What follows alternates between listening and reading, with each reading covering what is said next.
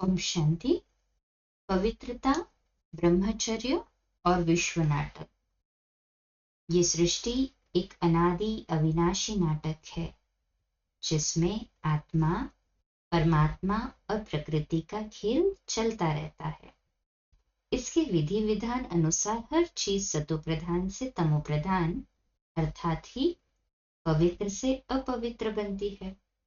सतो रजो तमो में आती है ना हर चीज।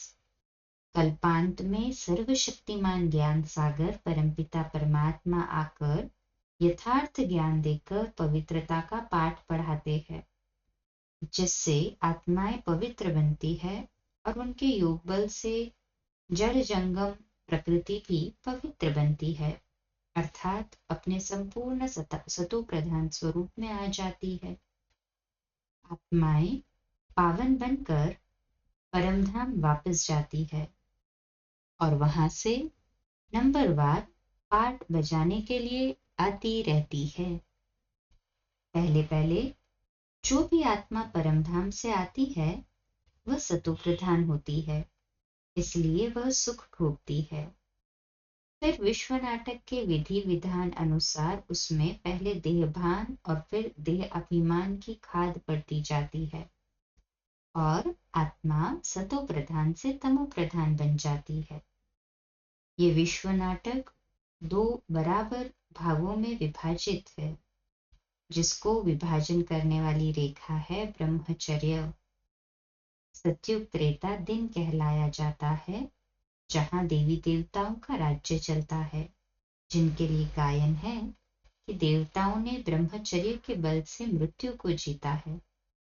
फिर जब आधा कल्प बीत जाता है तो त्रेता के अंत और द्वापर की आदि का संगम आता है। जब देवताएं वाम मार्ग में जाते हैं अर्थात देहाभिमानी बन जाते हैं, जिससे उनकी ब्रह्मचर्य की शक्ति खत्म हो जाती है और वे काम विकार में प्रवृत्त हो जाते हैं, जहां से रात का आरंभ होता है। जब देवताएं वाम मार्ग में जाते हैं अर्थात काम विकार में प्रवृत्त होते हैं, तो इस विश्व नाटक में अनेक अभूतपूर्व घटनाएं होती है, जिससे दैवी सभ्यता के अवशेष भी विलीन हो जाते हैं। साकार बाबा के 11 जून 2011 के रिवाइज्ड महावाक्य है इस पर कि विकार में जाकर छिपकर सभा में आकर बैठते हैं, वे बहुत कड़ी सजा के भागी बन जाते हैं। ये भी ड्रामा में उनका पार्ट है। कल्प पहले भी ऐसे असुर थे, अब भी है। वे अपना भी घात करते हैं और औरों को भी नुकसान पहुंचाते हैं। मुख्य बात है काम विकार की। कल पहले भी द्रौपदी ने पुकारा था कि हमको निर्वस्त्र करते हैं। पुकारा भी तब था जब सुनने वाला आया था, तभी भी सुनने वाला शिव बाबा आया है बचाने के लिए। कल 26 मई 2011 के रिवाइज्ड परमात्मा महावाक्य साकार मुरली के बाप कहते हैं, देखो काम कटारी चलाते चलाते तुम्हारी ये हालत हो गई है। अभी ज्ञान चिता बैठ गोरे बनो। तमो प्रधान से सतो प्रधान बनने की युक्ति बाप ही बताते हैं। ये किसकी भी समझ में नहीं आता है कि बाप कैसे आकर फिर से देवता धर्म की स्थापना कराते हैं। अभी तुम इन बातों को समझते हो और किसको भी समझा सकते हो। बाप स्वर्ग बनाते हैं, फिर रावण नरक बना देता है। अभी तुमको इस रावण पर जीत पानी है। गाया भी जाता है, दे दान तो छूटे ग्रहण। अभी तुम्हारे ऊपर 5 विकारों रूपी रावण का ग्रहण लगा है। ये 5 विकार दान में दे देने हैं। पहला तो दान दो कि हम कब विकार में नहीं जाएंगे। ये काम कटारी ही मनुष्य को पतित बनाती है। 23 में 2011 की साकार मुरली में बाबा कहते हैं, काम महाशत्रु है। ये आदि मध्य अंत दुख देता है। अब इस पर जीत पाए पावन बनो। तुमने जन्म जन्मांतर बहुत पाप किए हैं। तुम ही सबसे ज्यादा तमो प्रधान बने हो। मैं कल्प कल्प आकर भारत को स्वर्ग बनाता हूँ, फिर रावण इसको नर्क बनाते हैं। ये भी ड्रामा बना हुआ है।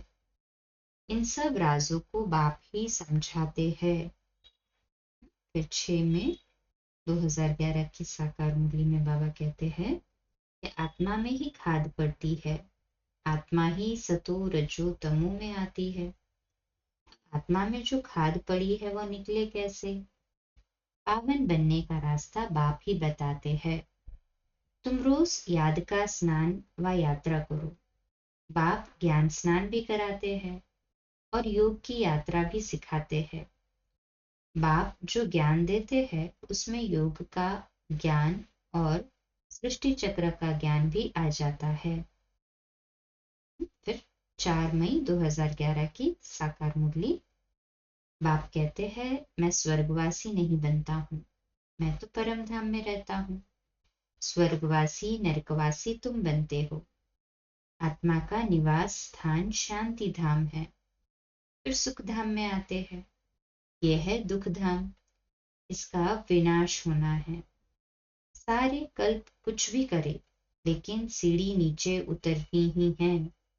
सतो प्रधान से तमो प्रधान बनना ही है। 21 अप्रैल 2011 की साकार मुरली रिवाइज्ड। बाबा कहते हैं सतयुग में पहले जब सतो प्रधान होते हैं तो सुख का नाता होता है, फिर नीचे उतरते जाते हैं तो जो सुख का नाता है वह आहिस्ते आहिस्ते कम होता जाता है। बच्चे जानते हैं जिसको परमपिता परमात्मा सर्वशक्तिमान कहा जाता है वह भी ड्रामा अनुसार सर्विस करते हैं। वह भी ड्रामा के बंधन में बांधा हुआ है।